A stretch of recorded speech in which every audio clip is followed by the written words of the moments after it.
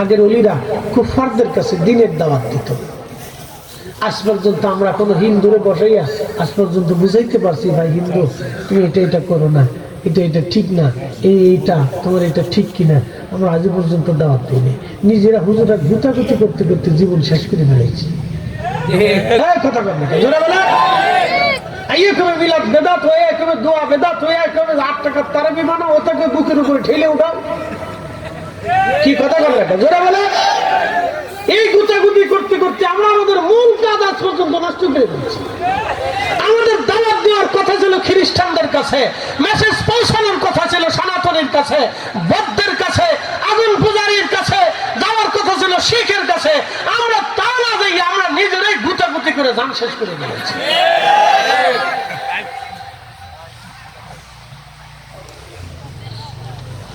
হযরত বাইজিদ বুস্তামি রাহমাতুল্লাহ আলাইহি শামউনের কাছে গেল। শামউন, কালেমা তুমি পড়ে নাও। শামউন, 40টা বছর ধরে আগুনের পূজা করলাম।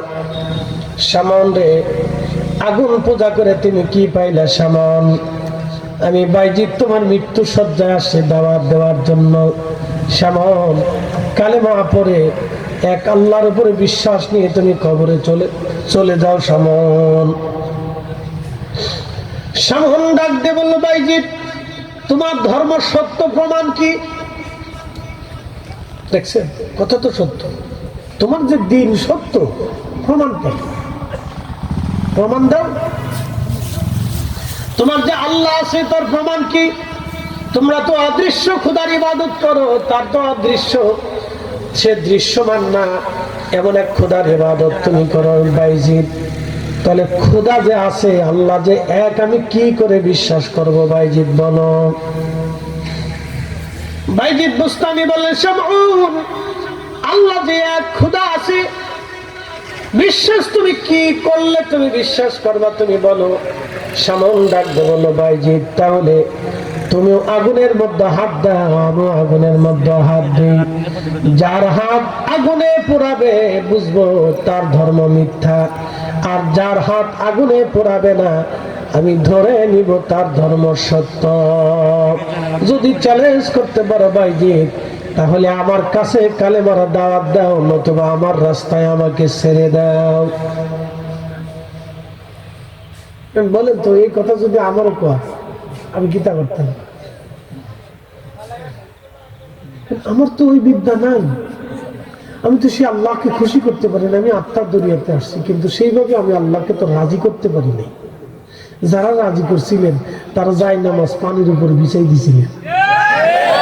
কথা কর না, যারা বলে ওনাদেরটাই আসল। এখন যারা এসে নতুন নতুন মশলা বাঁচাচ্ছেন, আপনার দা আসল না। আপনার CSRS VSS এইগুলি নাই।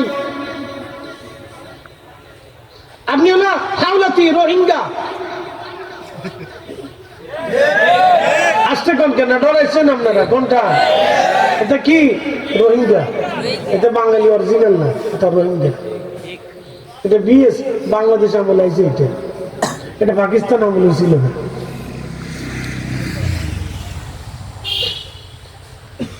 উসমানী নগরবাসী ভালো করে শোনা যাবে। হযরত বাইজিদ বুস্তামি ডাক দিয়ে বলেন, ঠিক আছে শামউন, তোমার শর্তে আমি রাজি, তারপরও তো তুমি কালেমা পড়ো। শামউন বলল, তাহলে বাইজিদ তুমি আগে হাত দাও। শামউনের চিন্তা হলো, বাইজিদ আগুনে হাত দিবে, আগুন তো কাউকে খাতির করবে না, আগুনের ধর্ম জ্বালিয়ে পুড়িয়ে নিঃশেষ করে দেওয়া। আগুনের ধর্ম হচ্ছে জ্বালিয়ে পুড়িয়ে নিঃশেষ করে দেওয়া। আগুন তো আর বাইজিদকে ছাড়বে না। শামউন জানে না আল্লাহর ওলিদের দৌড় আল্লাহর আরশ পর্যন্ত। আল্লাহ জানিয়ে দিয়েছেন, আল্লাযীনা আমানু ওয়া কানু ইয়াত্তাকুনা লাহুমুল বুশরা ফিল হায়াতিদ দুনিয়া ওয়া ফিল আখিরাহ। আল্লাহ ডাক দিলেন, যারা ইমানে আমলে পাকা হবে, ইমানে আমলে আল্লাযীনা আমানু, যারা ঈমান এনেছে, ওয়া কানু ইয়াত্তাকুন, এবং তদনুযায়ী মুত্তাকি যারা হয়েছে, লাহুমুল বুশরা ফিল হায়াতিদ দুনিয়া, দুনিয়াতে তাদের জন্য সুসংবাদ, ওয়া ফিল আখিরাত, তাদের জন্য আখিরাতেও সুসংবাদ। একবার জোরে বলা যাবে কি আল্লাহু আকবার।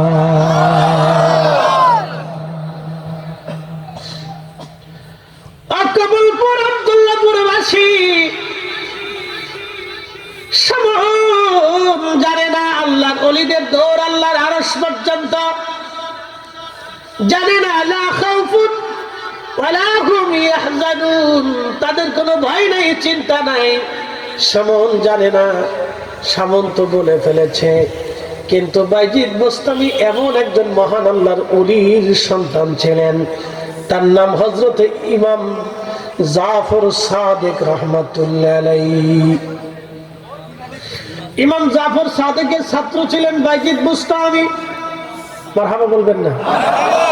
আর ইমাম জাফর সাদিকের বাবার নাম ইমাম মুহাম্মদ বাকের, ইমাম মুহাম্মদ বাকেরের বাবার নাম ইমাম জয়নুল আবেদিন, ইমাম জয়নুল আবেদিনের বাবার নাম সুলতানে কারবালা ইমাম হুসাইন, ইমাম হুসাইনের মা এবং বাবার নাম বাবা আলী, যিনি কাবা শরীফে জন্ম নিয়েছিলেন, যার ব্যাপারে নবী বলে দিয়েছেন আনা মাদিনাতুল ইলম, আমি এলেমের শহর, আলীও বাবুহা, আর আমার আলী হলো তার দরওয়াজা। আল্লাহু আকবার। আমার আলী হলো তার দরওয়াজা। আর ফাতিমাতুজ জাহরা হলো সাইয়্যিদাতুন নিসাই আহলিল জান্নাহ, तमाम জমানে কো জান্নাতের সরদারিনী ফাতিমা। সেই ঘরে জন্ম নিয়েছিলেন ইমাম হাসান হুসাইন, তাদের বেটা ইমাম জয়নুল আবেদিন, তার বেটা ইমাম মুহাম্মদ বাকের, তার বেটা ইমাম জাফর সাদিক। ইমাম জাফর সাদিকের রূহানি সন্তানি হযরত বাইজিদ বুস্তামি রাহমাতুল্লাহ আলাইহি। তাহলে আপনি বুঝেন তো তাদের ওজন কেমন ছিল। হযরত বাইজিদ বুস্তামি রাহমাতুল্লাহ আলাইহি বিসমিল্লাহির রহমানির রহিম বলে আগুনের মধ্যে হাত ঢুকিয়ে দিলেন, আগুন জ্বলে, কিন্তু বাইজিদ বুস্তামি জ্বলে না।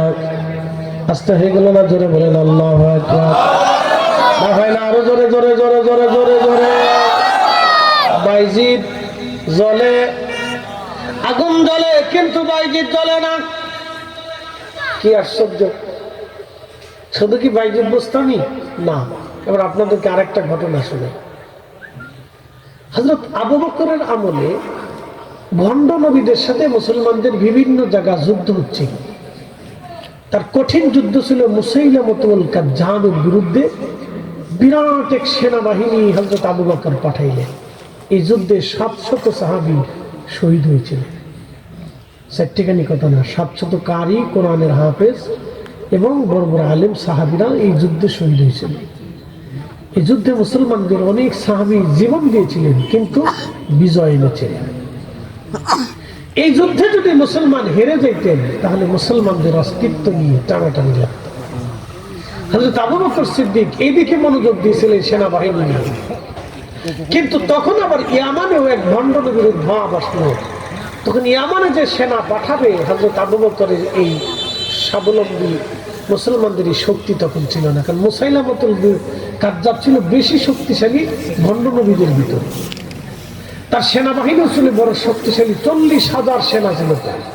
তৎকালীন সময়ে 40,000 মানুষের সাথে যুদ্ধ করার জন্য মাত্র 15,000 সাহাবী খালিদ বিন ওয়ালিদের নেতৃত্বে যুদ্ধের ময়দানে উপস্থিত। বুঝতে পারতেছেন, ইসলামের প্রথম সময় নবীজির তিরোধানের 1 বছর পরেই ঘটনাটা। হযরত আবু বকর রাদিয়াল্লাহু আনহু হিমশিম খেয়ে গেলেন যে কঠিন মুহূর্তে আমি কিভাবে ফয়সালা করব। তো সেই জমানায় মাত্র 15,000 সাহাবী এবং নতুন মুসলমান দিয়ে একটা সুগঠিত সৈন্যবাহিনী পাঠাইলেন মুসাইলামাতুল কাজ্জাবের বিরুদ্ধে। 40,000 মানুষের বিরুদ্ধে যুদ্ধ হবে, মাত্র 15,000 লোক যুদ্ধ করবে। কিন্তু এদিকে ইয়ামানের সৈন্যবাহিনী পাঠাবে, সেই সামর্থ্য মুসলিম খেলাফতের ছিল না। তো কি করবে? ইয়ামানে পাঠিয়ে দেওয়া হলো হযরতে আবু মুসলিম আল খাওলামি রাহমাতুল্লাহ আলাইহি।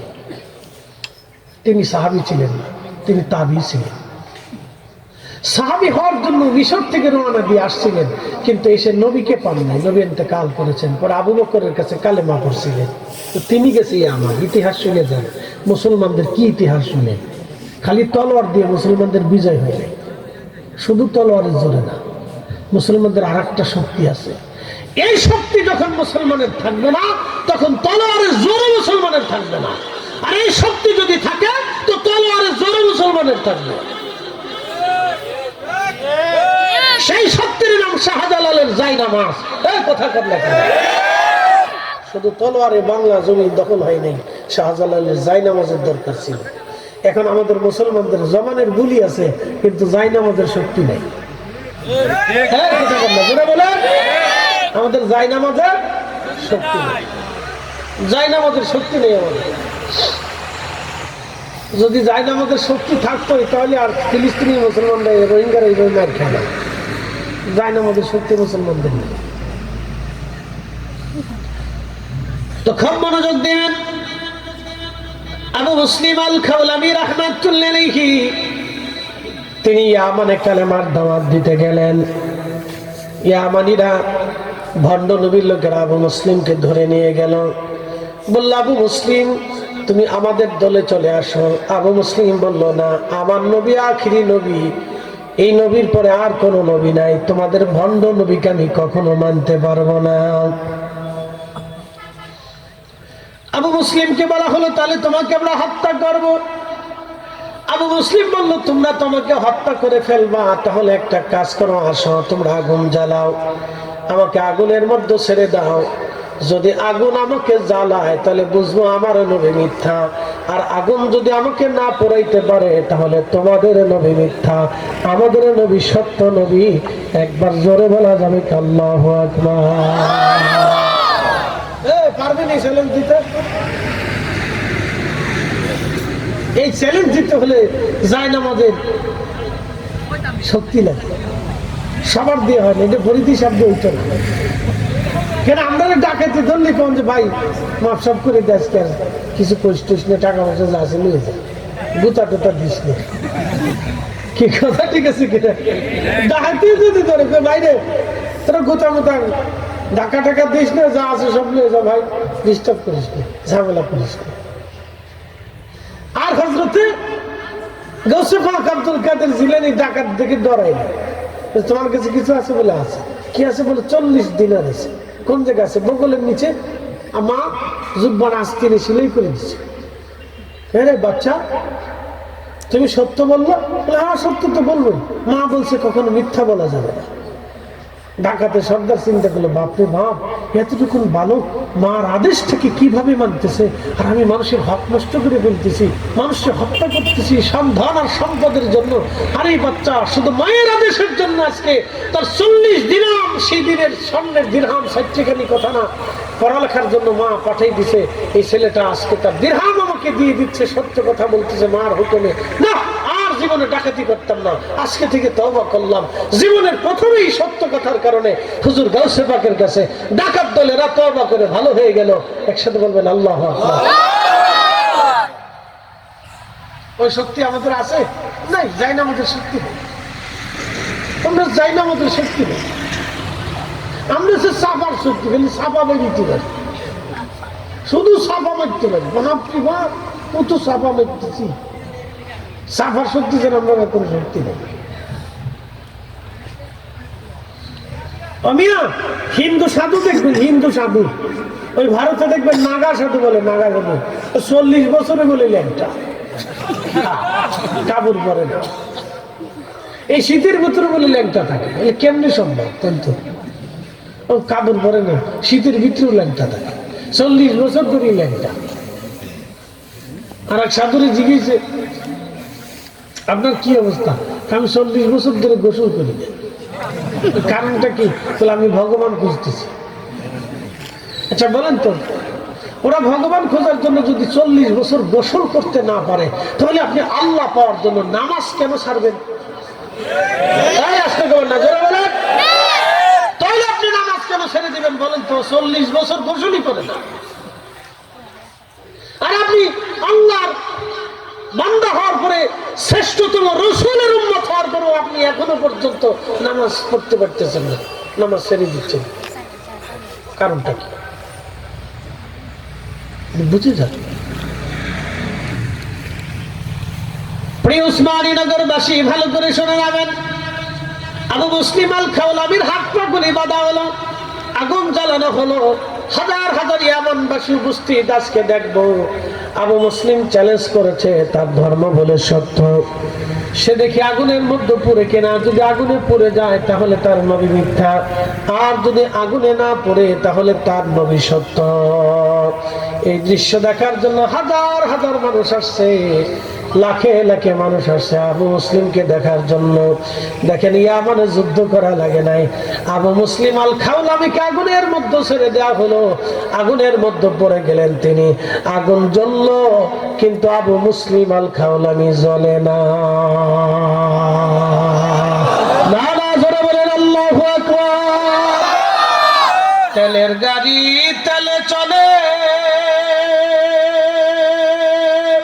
হাওয়ার গাড়ি হাওয়ায় উড়ে, বিনা তেলে চালাই গাড়ি নবী সুলাইমান,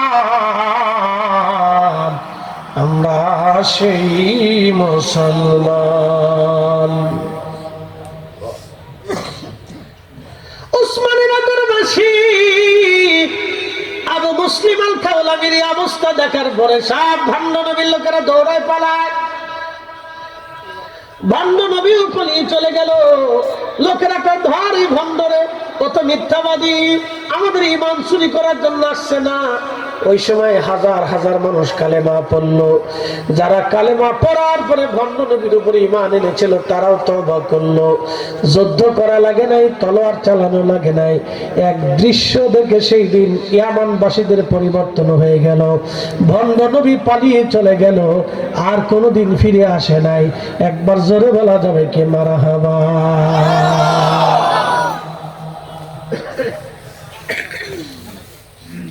উসমানীনগরবাসী ভালো করে শোনা যাবেন, এই আত্মা আবার কোন আত্মা? তাহলে আবু মুসলিম আল খাওলামির আত্মা আর আমার আত্মা এক আত্মা না, শাহজালাল ইয়ামানি মুজাররিদের আত্মা আর আমার আত্মা এক আত্মা না। কি কথা ঠিক আছে কিনা? আত্মা আত্মার মধ্যে ডিফারেন্স আছে, পার্থক্য আছে। ভাই আমার, এই শক্তি আমাদের মধ্যে আজকে নাই, এই ঈমানি শক্তি আমাদের নাই, এই মুহাব্বতি শক্তি আমাদের নাই। বাইজিদ বোস্তামি আগুনের মধ্যে হাত ঢুকাইলেন, আগুন জ্বলে কিন্তু বাইজিদ বোস্তামি জ্বলে না। বাইজিদ বোস্তামি করল না। বন্ধু সামন ডাক দেখা, বাইজিদ এটা আবার কোন বিদ্যা, যেই বিদ্যা দিয়ে তুমি আজকে আমার এই আশ্চর্য বস্তু দেখাইলা? 40টা বছর ধরে আমি আগুনের সামনে সেজদায় পড়ে আছি, 40টা বছর আমি আগুনকে খোদা মনে করি, কিন্তু আগুন তো আমারে খাতির করবে না। কিন্তু বাইজিদ তুমি জীবনে একবারের জন্য আগুনের সামনে সেজদা দাও নাই, বাইজিদ তোমার হাত আজকে আগুনে পোড়াইলো না, এই বিদ্যার নাম কি?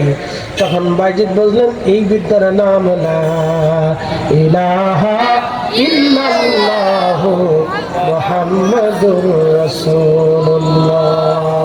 এই কালেমার বিদ্যাটা সাল্লাল্লাহু আলাইহি সাল্লাম।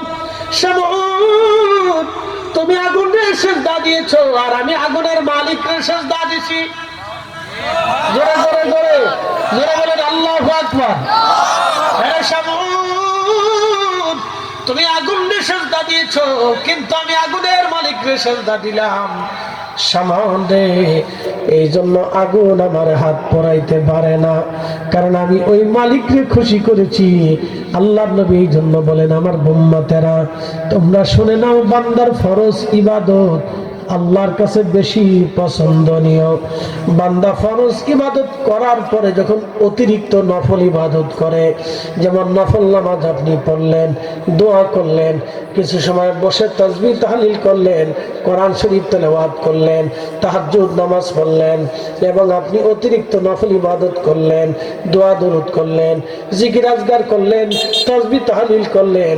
এই নফল ইবাদত বান্দা যখন করে, নফল করার কারণে বান্দা আল্লাহর হয়, আল্লাহ বান্দার হয়ে যায়।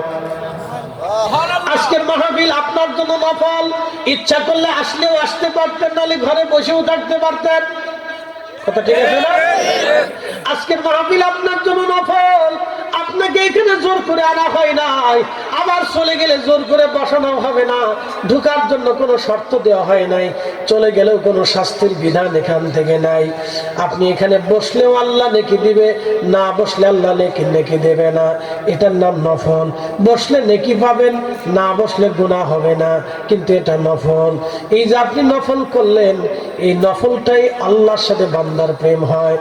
আল্লাহ নবী এরকম কোন এক মজলিসের পাশ দিয়ে যাচ্ছেন, যাওয়ার সময় দেখলেন সাহাবীরা জিকিরের মজলিস সাজাইছে। নবী জিজ্ঞেস করলেন, মা জালাসনা কুম, সাহাবীরা তোমরা কেন এইখানে বসছো? সাহাবীরা বললেন, না আল্লাহ, আমরা আল্লাহর জিকির করতেছি, ওয়া নাহমাদুহু, আল্লাহর প্রশংসা গুণকীর্তন করতেছি। আল্লাহর নবী বলেন, কি কারণে? বলে, আলামা হাদানা লিদিনিহি, আল্লাহ আমাদেরকে দ্বীন দিয়েছেন, হেদায়েত দিয়েছেন, দ্বীন এবং হেদায়েত পাইয়া আমরা আল্লাহর জিকির করতেছি। ওয়া মান্না আলাইনা বিকা, আপনি নবী নামক মহা নিয়ামত আল্লাহ আমাদের মাঝে পাঠিয়েছেন। আপনি নবীর মতো এত বড় নিয়ামত পাইয়া আমরা জিকিরের মজলিস সাজাইছি, আমরা আল্লাহর জিকির করতেছি, আল্লাহকে ডাকতেছি, আল্লাহর হাম করতেছি, আল্লাহর প্রশংসা করতেছি। নবী বললেন, সাহাবীরা রে, কসম করে বলো তোমাদের আর কোনো উদ্দেশ্য আছে কিনা? সাহাবীরা বলে, আল্লাহি, আল্লাহর কসম করে বলতেছি হুজুর, ভিন্ন কোনো উদ্দেশ্য আমাদের নাই, শুধু আল্লাহর জন্য, আল্লাহকে খুশি করার জন্য আমরা জিকিরের মাহফিল সাজাইলাম, আল্লাহকে ডাকতেছি, দোয়া করতেছি, আল্লাহর হাম করতেছি। নবী আমার ডাক দিয়ে বলেন, সাহাবীরা তোমাদেরকে সন্দেহ করে নাই, মূলত আল্লাহর জিবরাইল, ফাতানি জিবরাইল আলাইহিস সালাম, জিবরাইল আমার কাছে আসছে, ফাকিবিনি, আমার কাছে খবর দিয়ে গেছে, ইউবাহামাকুল মালায়েকা, তোমার এই দৃশ্যখানা দেখে, এই মজলিসখানা দেখে, তোমাদের জিকিরের মাহফিল দেখে, তোমাদের দোয়ার মজলিস দেখে, তোমাদের তাসবির মজলিস দেখে, তোমাদের হামদের মজলিস দেখে আমার আল্লাহ তমাম ফেরেশতাদের সামনে আল্লাহ অহংকার করে গর্ব করতেছে, আল্লাহ অহংকার করতেছে, আল্লাহ উৎফুল্লিত হয়েছে, আল্লাহ আনন্দিত হয়েছে। আল্লাহ ডাক দেয়, ফেরেশতারা, আমারে বান্দা সৃষ্টি করতে নিষেধ করেছিলি, এ ফেরেশতারা, আমারে বান্দাকে তৈরি করতে নিষেধ করেছিলি, তোরা বলেছিলি খলিফা পাঠানোর প্রয়োজন নাই, আমরাই আপনারা হাম করি, আমরাই জিকির করি, আমরাই তাসবিহ করি। দেখ, আমার বান্দার কাম দিলাম, ক্রোধ দিলাম, লোভ দিলাম, মোহ দিলাম, আশা দিলাম, আকাঙ্ক্ষা দিলাম, যাতনা দিলাম, দুঃখ দিলাম, মৃত্যু দিলাম, জীবন দিলাম, ক্ষুধা দিলাম, পেট দিলাম, দুনিয়া দিলাম, স্ত্রী দিলাম, সন্তান দিলাম, সবকিছুকে লাথি মেরে ফেলে দিয়ে আমার বান্দা আমার জিকিরের মজলিসে আজকে বসে গেছে। শীতের মধ্যে, প্রচন্ড ঠান্ডার মধ্যে আমার বান্দা বসে আছে। ফেরেশতারা রে, তোরাই না ভিটু দিয়েছিলি, তোরাই বলে জিকির করবি, তোমরাই বলে হাম করবা। দেখ, আমার বান্দারা জিকির করে, আমার বান্দারা হাম করে, আমার বান্দারা আমার কাছে দোয়া করে, আমার বান্দারা আমার তাসবিহ করে। এ ফেরেশতারা, তোরা সাক্ষী থাক, আমার আজকে যে কয়জন বান্দা আসছে, একজনকে আমি শূন্য ফিরাই দেব না, আমি আমার বান্দাদের জীবনের গুনাহ মাফ করে দিলাম।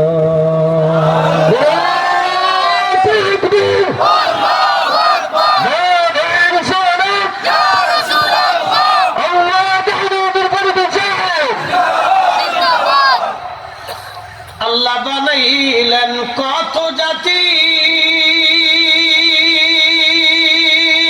হইল না তোর প্রেম প্রীতি, অবশেষে মানুষ বানায় প্রেমের কারণে, প্রেমের ডোরি বান্ধরে মদিনার শোনে।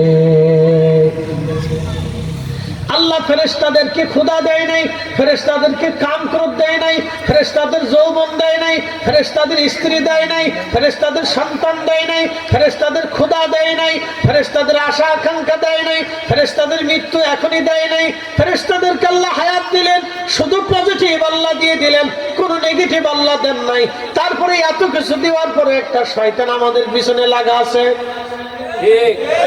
কথা কন না কেন? শয়তান যখন আপনাকে মাহফিল থেকে উঠাইতে পারে না, ঠিক তখনই আল্লাহ ডাক ডাকে, ফেরেশতারা রে, তোরা সাক্ষী থাক, আমি আমার বান্দার জীবনের গুনাহ মাফ করে দিলাম। এটার নাম আল্লাহর সাথে প্রেম, আল্লাহর সাথে প্রেম। নফল ইবাদত করলে বান্দার সাথে আল্লাহর প্রেম হয়ে যায়। কিন্তু ওরা কারা? আজকে দেখবেন সুন্নত নামাজ পড়ে আস্তে করে মসজিদ থেকে বের হয়ে চলে যায়, দোয়া মানে না। আস্তে করেন কেন? জোরে বলেন। দোয়া কি? বলবে ওরা নামাজের অংশ না। আরে বেটা, নামাজের অংশ না তাতে কি? ওই হুজুর একদিন দাওয়াত দিবেন, দাওয়াত দিয়ে সুন্দর করে ভাত সামনে দিয়ে কতদূর কাঁচামরিচ আর পেঁয়াজ আর লবণ দিয়ে বসায় রাখবেন। ব্যাপার কি, আপনি আমার দাওয়াত দিলেন, ভাত তো দিলেন, তরকারি কই? বলবেন হুজুর তরকারি না হলেও চলে।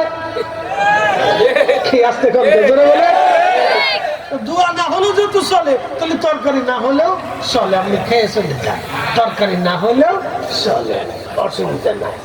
শীতের দিন এসে না হুজুরের দাওয়াত দিয়ে সুন্দর করে ঘরের ভিতরে খাওয়াই খাওয়াইয়া ভিতরে দিয়ে বসাই রাখবেন, কম্বল দিবেন না। যখন রাত্রিবেলা বসে হারাহারি করবো, দাওয়াত দিলেন আব্দুল করিম কই গো বাজি, আমার লাগে কম্বল দিয়ে দাও। এই হুজুর শীত আসছে, ঠিক আছে, আপনি আমার মেহমান, অসুবিধা নেই, কম্বল না হলেও চলে। শয়তানি গেছে দেশটা ভুলে পারে, সারা জায়গা ঘা লাগছে, মলম কই জায়গা দিবেন বলেন তো? ও খালি আপনার শিখাবেটা না করলেও চলে।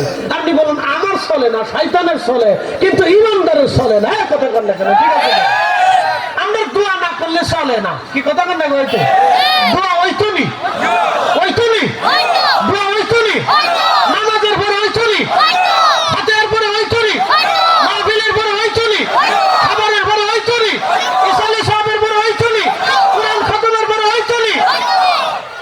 কেউ যদি দোয়া লাগতো না তো বুঝবেন ওটা শয়তান। কথা ঠিক আছে কিনা? কথা কি? আপনাকে ধ্বংস করার জন্য আসছে, এটা নওয়াফিল অতিরিক্ত। নবীজি বললেন বান্দা যখন নওয়াফিল করে, অতিরিক্ত করে, তখন বান্দার সাথে আল্লাহর মোহাম্মত বাড়ে। কি বাড়ে? আচ্ছা বলেন তো, আচ্ছা খুব মনোযোগ দেন।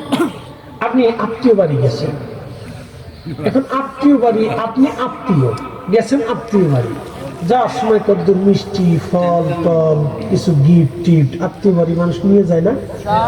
আচ্ছা, না নিলে কি চলে না? চলে, কিন্তু নেয় কেন? এই গিফট এটা হচ্ছে অতিরিক্ত।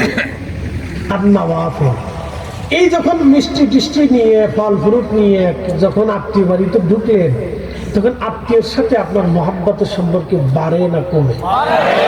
আবার আত্মীয় বিদায় নেওয়ার সময় বন্ধু দেখবেন কিছু একটা গিফট কাপড় টাপড় ঘড়ি টড়ি কিনে দিয়ে বলে এটা আপনার দিলাম, আপনি নেন। তখন এই ঘড়ি টড়ি গিফট কাপড় টাপড় একটা প্রসাধনী বা একটা উপহার সামগ্রী গিফট যখন দেয়, হাদিয়া যখন দেয়, তখন কি মহব্বত বাড়ে না কমে? তো আল্লাহরে বান্দা যখন নওয়াফিল অতিরিক্ত ইবাদত দেয়, এটা হলো আল্লাহর জন্য বান্দার পক্ষ থেকে হাদিয়া। মারহাবা কইতেন না? ফরজ তো ফরজ, এটা তো করতেই হবে। কি কথা ঠিক আছে কিনা? ফরজ তো ফরজ, এটা আপনাকে করতেই হবে। জোহরের নামাজ আসরে রাখতে হলে চলে না, জোহরেরটা জোহরের সময় করতে হবে। মাহে রমজানের রোজা রজব মাসে আদায় করলে হয় না, রমজানে করতেই হবে। কি কথা ঠিক আছে কিনা? কেউ যদি মনে করে ঈদুল ফিতরের নামাজ আমরা 3 দিন পরে পড়বো, হবে না। ঈদুল ফিতরের নামাজ যেই দিন ওই দিনই আদায় করতে হবে। ঈদুল আজহার নামাজ যেই দিন সেই দিনই আদায় করতে হবে, পরের দিন হবে না। এটা ওয়াজিব, ওই দিন করতেই হবে। ফরজ এবং ওয়াজিব এটা আপনাকে নির্দিষ্ট টাইমে করতেই হবে, আপনি এটা ছাড়া যাবে না। এরপরে যখন অতিরিক্ত কিছু করবেন ইবাদত, এটা নওয়াফিল। ইসলামের ফিকহি মাসালা এটাকে বলে নওয়াফিল, অতিরিক্ত।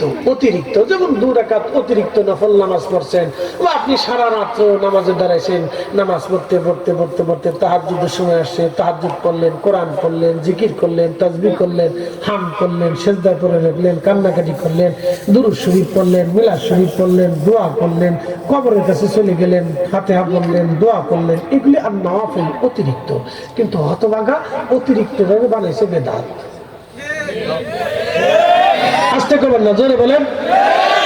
আজকে জনাব তারেক জিয়া সাহেব মার্কট পাশে লাশের পাশে বসে বসে কোরআন শরীফ পড়তেছে, আমার দৃশ্যটা ভালো লাগছে। কে কোন দল করেন না করেন, আমি কোন দল টল করি না, কিন্তু ওনার এই দৃশ্যটা আমার কাছে কেন ভালো লাগছে জানেন? এত ফতোয়ার ভিড়ে উনি কিন্তু ওনার নীতি ছাড়ে নাই, এই জিনিসটা কিন্তু ভালো লাগছে। আমি রাজনীতির ফাংশনে আসিনি, রাজনীতি বাদ দিয়ে দেন। জনাব তারেক জিয়া সাহেবের এই জিনিসটা আমার কাছে খুব ভালো লাগছে, যে উনি মায়ের লাশের পাশে বসে, মার জন্য বসে বসে কোরআন শরীফ পড়তেছে। ওই যে লামা জমিরা ফতোয়া দেয় বিদআত, উনি কিন্তু এই বেদাতের এই ফতোয়ার দিকে উনি তাকান নাই, উনি আল্লাহর কোরআন তেলাওয়াতের দিকে তাকাইয়া মার পাশে বসে কোরআন শরীফ পড়ছে। কথা ঠিক আছে কিনা? উনি ওনার নীতির উপরে অটল আছে। আলহামদুলিল্লাহ বললেন না? আরো জোরে বলেন আলহামদুলিল্লাহ। আমার কাছে এই জিনিসটা ভালো লাগছে। আপনি রাজনীতি সেটা আপনাদের ভিন্ন বিষয়, কিন্তু এই ইবাদতের এই ফাংশনটা আমার কাছে ওনার এই দিকটা ভালো লাগছে, এটা ভালো লাগছে যে উনি মায়ের জন্য বসে বসে কোরআন শরীফ করছে, এটা ভালো লাগছে। ভালো, যেটা ভালো সেটা ভালো বলতে হবে। কথা ঠিক আছে কিনা? যেটা খারাপ সেটা খারাপ বলতে হবে। আমি কোনো রাজনৈতিক দলের সদস্য না, আমি আবারও বলতেছি, আমি আগেও না পরেও না, জীবনে কোনোদিন ভোট দেয়নি, এটা কত সত্য। আগামীতেও দেবো কিনা আমি তাও জানি না, সত্যি কথা। হুজুর কেন দেন নাই? ভোট কারে দেন? একজনের ভোট আমি দিয়ে দিলাম, কিন্তু ওই লোকটা পরে যদি গম চুরি করে তো কিয়ামতের ময়দানে আমার আল্লাহ ডাক দেখে যে তুমি সমর্থন দিছিলে, এবার গম চুরির হিসাব তুমিও বুঝাই দিয়ে যাও। তা আমার বিপদ না, এই জন্য আমি দিইতেই নেই, কোনোদিনও দিইনি। গত বছর নির্বাচন আমি ইন্ডিয়া মাহফিল করতে চলে গেছি, এই বছরের নির্বাচন আসলে যে আমি কোন জায়গায় যাবো আমি নিজেও জানি না। তো যাই হোক, রাজনৈতিক ফাংশনে আমি কখনো জড়িত হই না, বা হই না, আগামীতে হবো কিনা সেটা আমি জানি না। আমার কাছে এই ইবাদতের এই ফাংশনটা আমার কাছে ভালো লাগছে না, এটা আর নওয়াফিল অতিরিক্ত। মারহাবা বলবেন না? এই আর নওয়াফিল অতিরিক্ত ইবাদতটাকে বেদাতের ফতোয়া দিয়া যারা বন্ধ করতে চায় ওরাই হচ্ছে শয়তানের দোসর। মানে আপনি আমারে বন্ধ বলেন আর খারাপ বলেন, ও সাথে আমার দেখার বিষয় না, ও সাথে আমার দেখার বিষয় না। কারণ এদেশে যে পরিমাণে বেহিয়াপনা বাড়ছে, আরে এদেশের নারীরা আগে ঘরে ঘরে কোরআন করতো, এখন এদেশের নারীরা কোরআন শরীফ চিনেই না। রমজান মাস আসলে প্রত্যেক বাড়িতে কোরআন খতমের প্রতিযোগিতা চলতো, মেয়েরা মহিলারা প্রত্যেক দিন কোরআন শরীফ পড়িয়ে পড়িয়ে খতম ওঠাইতো, প্রত্যেক বছরে খতম ওঠাইতো। কেউ 10 পৃষ্ঠা, কেউ 20 পৃষ্ঠা করে আমাদের নারীরা কোরআন শরীফ পড়তো। তখন নারীদের কথা কে লাভ নেই, হ্যাঁ তারা চিন্তা করে কেমনি লিপস্টিক মাহবো, কেমনি সাজবো, কেন কানের তার দেবো, কেমনি পোশাক আনবো, কাপড় চুল কেমনি জঙ্গল চিঙ্কু পাঙ্কু সব এটা। আর এটা কই তো লাভ নাই। এখন মাদ্রাসার বেদিরাও পুরি বাপরে বাপ বুরকা পরিয়ে তারপরে কি হাত মোজা পা মোজা পরে যেমনি টিকটক বানায়, ও দেখে শয়তান চিন্তা করে আমার আর বাংলাদেশে কোনো কাজ নাই।